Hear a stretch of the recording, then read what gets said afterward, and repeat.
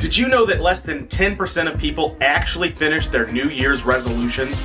But more than 80% of people who have a vision board accomplish the things that they set out to do this year. Today I'm going to teach you 7 categories you absolutely must put on your vision board.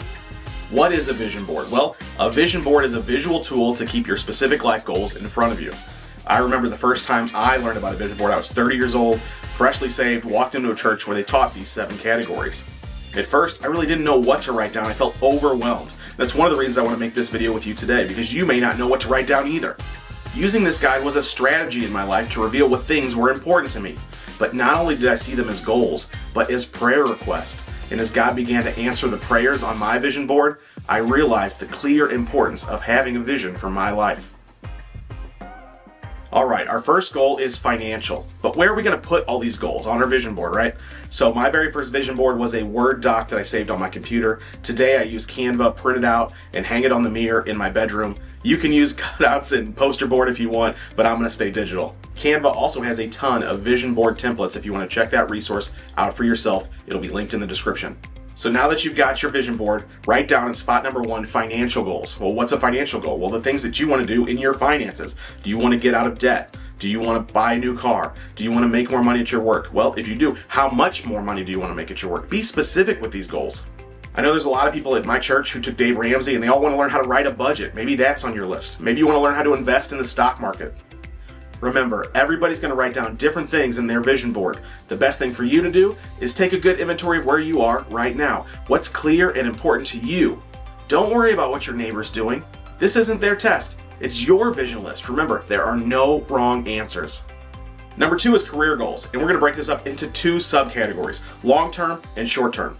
Now, in your financial category, you may already have written down, find a better paying job, and that's okay. That is not what this category is about. This is about looking at your career and asking yourself, is this where I'm meant to be? Is this what I want to be doing? In 5 years, will I be happy there? If the answer is no, then we need to write down a career goal in this category that will push you closer to where you want to be. Are there promotions available at your work? Is there a way to get them? Maybe you could join a different team at your work. Or maybe you want to be in a different profession altogether. How do you get into that industry? A short-term career goal might be to sign up for one of those promotion tracks, or maybe just stop leaving work early. A long-term goal might be for you to change professions. Maybe you want to be a singer or play in a band. Well, maybe go volunteer at the church choir, or maybe get a part-time job at a local music venue. Get in relationships, get in communities with people and places that you want to be involved in your future. You don't know what kind of doors God can open for you once you get in those environments. On my first vision board in 2013, I wrote down that I wanted to make a movie. I wasn't even making videos back then. Well, in 2024, I wrote and directed my first movie, a documentary on the risk and dangers of sports gambling called Betting Your Life. Your career goals may not make a giant leap overnight, but that's okay. Having a vision list is knowing where you want to go so that God can guide your steps. Number 3, health and fitness goals. This one's a little more straightforward. Maybe you want to lose weight. Maybe you want to run a 5K or a marathon. Maybe you want to build up your muscles like Arnold Schwarzenegger. For me, I'm just trying to drink as much water as I drink soda this year. Whatever your fitness goals are, now that you've written them down is the most important part, because now you can be thinking about them, keeping them top of mind. And also you can invite God into the process, asking Him for wisdom and strategies to develop methods with which to accomplish these goals. Number 4, relationship goals. And this can mean different things to different people. And it may not mean go find a relationship, although it could for some people. Relationship goals are named improvements you want to see happen in the world around you. Maybe you want to try and call your parents once a week. Or maybe stop hating your boss. Maybe you need to forgive somebody, and then somebody else. You know, that whole forgiving somebody 7 times 70 thing? Most of us don't think about relationships as being part of a vision for our lives. But God is all about relationships, and He wants us to reconcile with others. Imagine the future you could have if you improved or repaired some of the broken relationships in your life. Number 5, personal goals, and one of my favorite categories on the list. It's also one of the broadest. When you think about this category, think of projects, activities, opportunities that are going to take time, probably some effort, and maybe even some money to complete. Write down some things you would like to do if time and money were not options. Train for a marathon, visit all 50 states, write a book, travel to Israel. That one's on my vision board. Think big. Remember, there are no wrong answers. This is your list.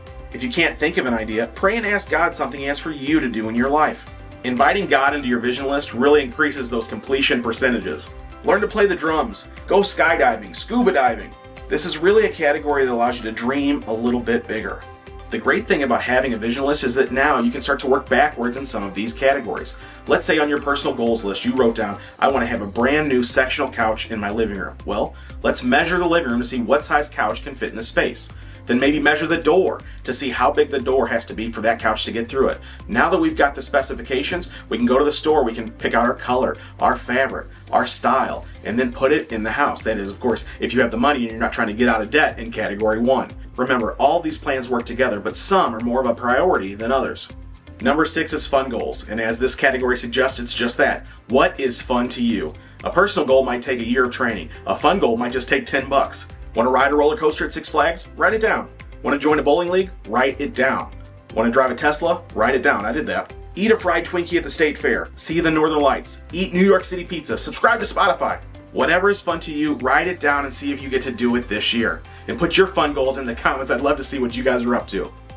The number 7 category is contributional goals. Maybe not the most fun, but for some it can be the most rewarding. As a Christian, I decided to start tithing years ago, but that is not what this one is about. This is more about what you can do to contribute to society. What is something you can help with by maybe donating your time, your talent, or your treasure? Maybe you want to help out with a local cancer center because you have a loved one who died from the disease. There are so many things you can do to contribute somewhere. Serve at your local church. Get on the PTO at school. Your contribution is going to help others. Serve them, whatever that looks like to you. And for some, it will mean writing a check to an organization that means something to you. That's it. 7 categories I hope helps you dominate your vision list this year. Feel free to subscribe to this channel if you would like to watch more videos about passion, vision, and faith. I also have a book called Writing God's Sentence for Your Life, where I outline 3 ways to discover and walk in God's purpose. Feel free to watch one of these videos from the channel as well. And until next time, guys, I pray you discover a future and a hope for your life.